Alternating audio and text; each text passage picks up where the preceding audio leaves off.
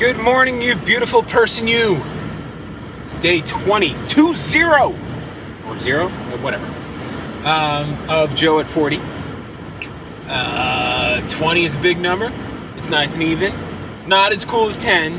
If you go back to episode 10, you'll see me talk about why I like 10. But 20 is still almost as good. It's pretty cool. Not as cool as 21.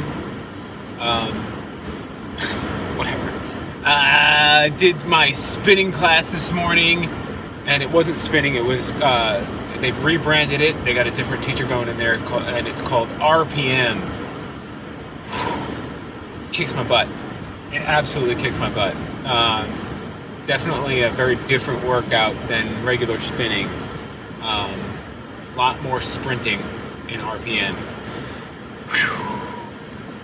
And then, like a glutton, I'm heading back out for yoga now.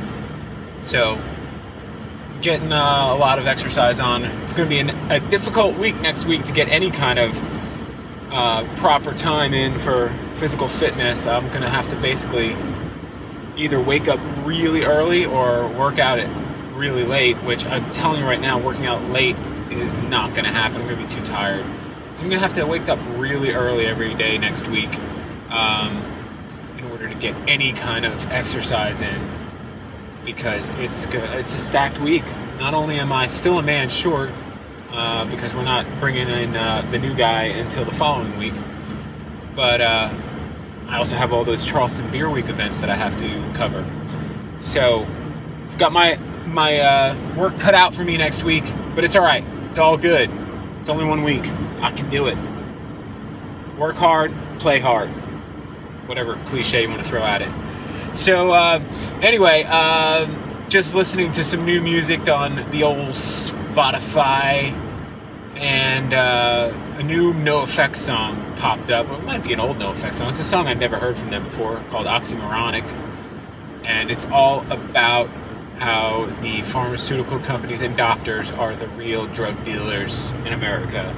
Kind of obvious, but I love how Fat Mike, who's the lead singer, who's not that fat, whatever, he has a way of just saying what you're feeling and putting a little tongue-in-cheek to it.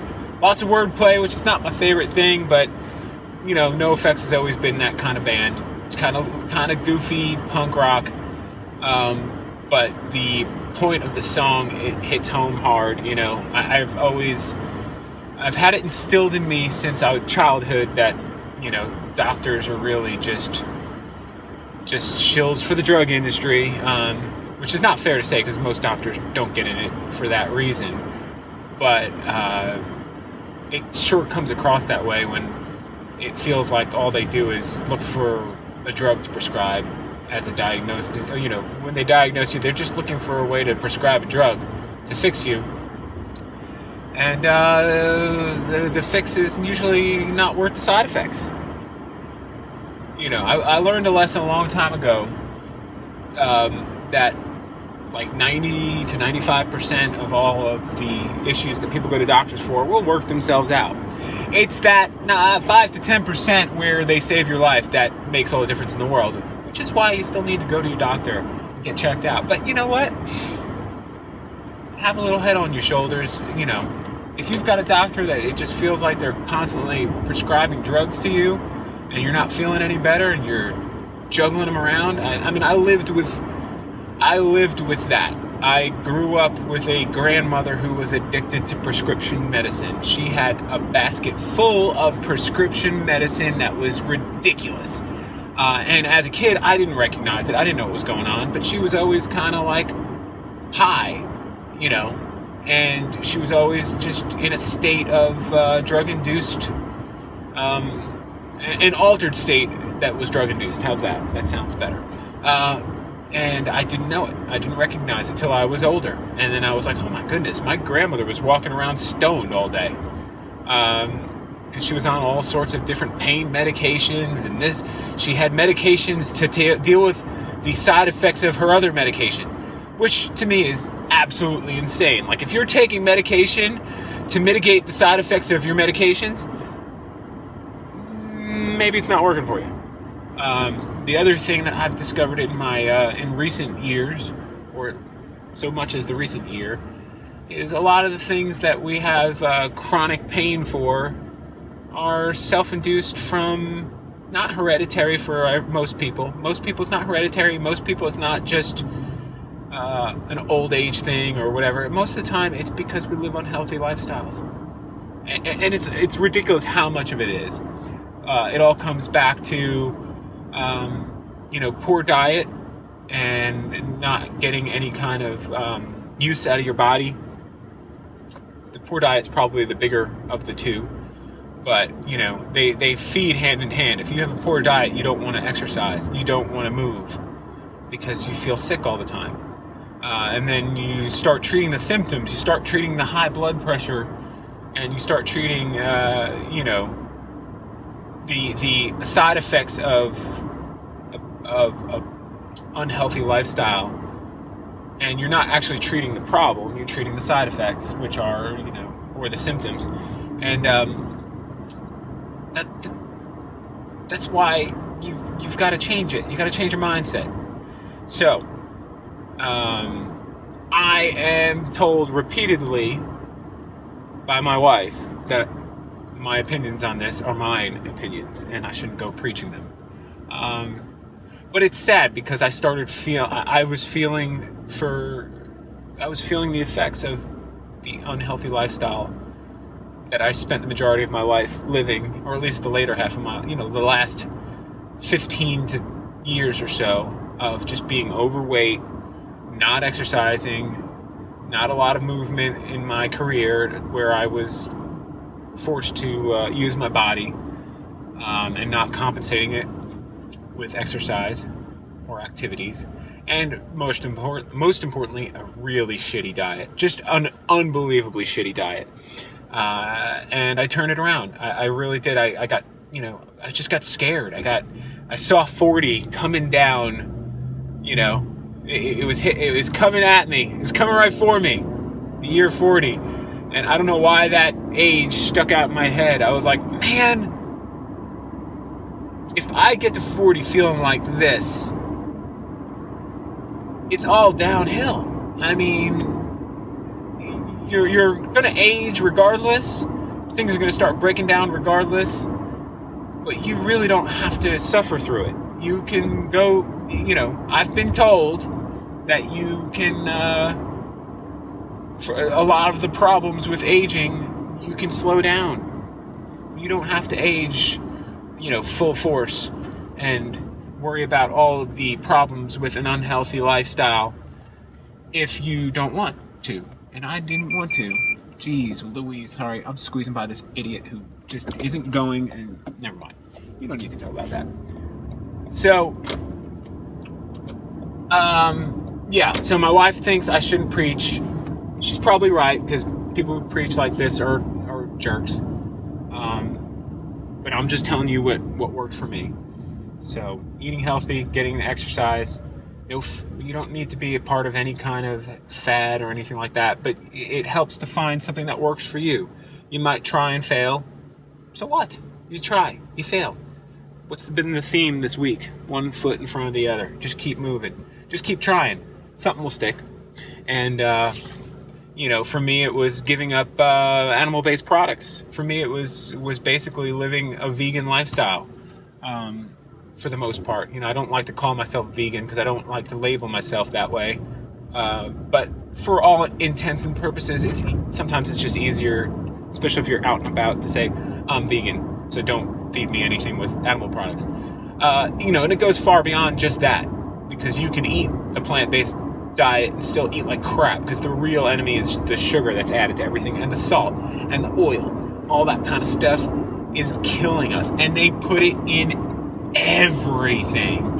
They put sugar in milk. Like, why? It's so silly. If you need to put sugar in milk, maybe you shouldn't be drinking milk in the first place. They put salt in everything. If you buy something in the store and it comes in a package, there's salt in it, and most likely sugar too. Why? It's crazy. It's absolutely nuts. So this is what I eat. Comes off a tree. Doesn't hurt me. So I'm done preaching. You've probably checked out by now, but oh well. I'll talk to you later, maybe. Alright, good afternoon. I wanted to take you on a little walk behind the yoga studio in the Avondale area. There's this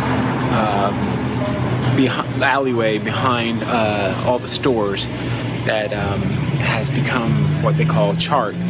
Stands for Charleston art. It's a lot of street art, and so I just wanted to show you some of it. So I'm gonna flip the camera and check that out. That's cool. And let's take a look. We'll take a quick walk.